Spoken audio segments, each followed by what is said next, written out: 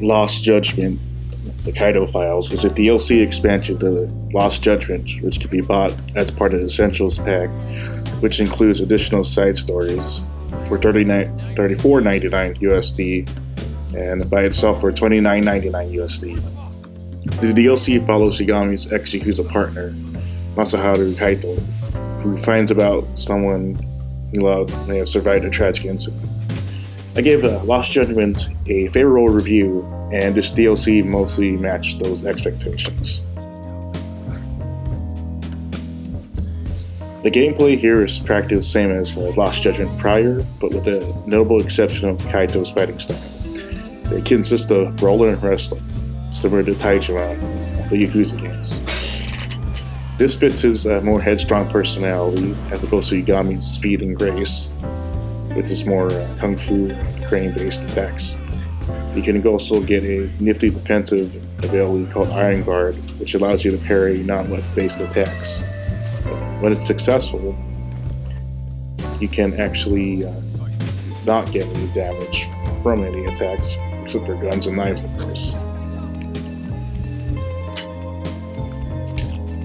The side quests in the game are more to give you abilities that add depth to the world, like in the original Lost Judgment.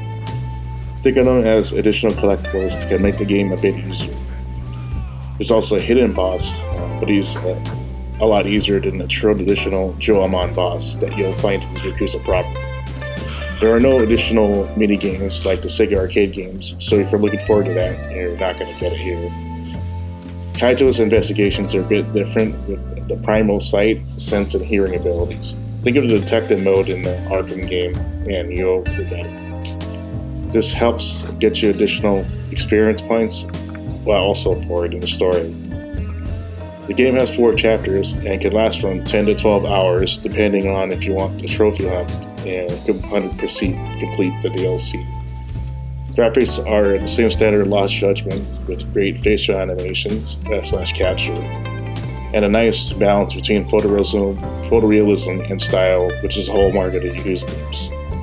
You can choose between a performance mode with up to 60 FPS and a resolution that caps at 30. The resolution mode's a bit jerky, but the default performance mode looks and plays great in terms of responsiveness. Voice actors in this DLC consist of Crispin Freeman reprising his role as Kaito, Steve J. Blum as Higashi. Mikio Sadamoto is voiced by Suzy Yoon, who played Yuffie in the FS7 remake, and Yang Ye voices Yakutsaka Shirukuba. He also do well done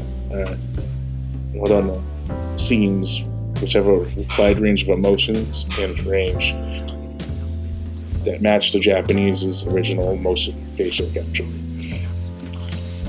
The story starts with Kaito in a flashback on how he met his former lover Riko Sadamoto during the incident at the Yakuza office. Seems to be going well until Kaito decides to go all into the Yakuza lifestyle with the Matsugane clan. What happens is a messy breakup. Years later, Mikio's husband, Kyoka Sadamoto, visits the Yagami Detective Agency.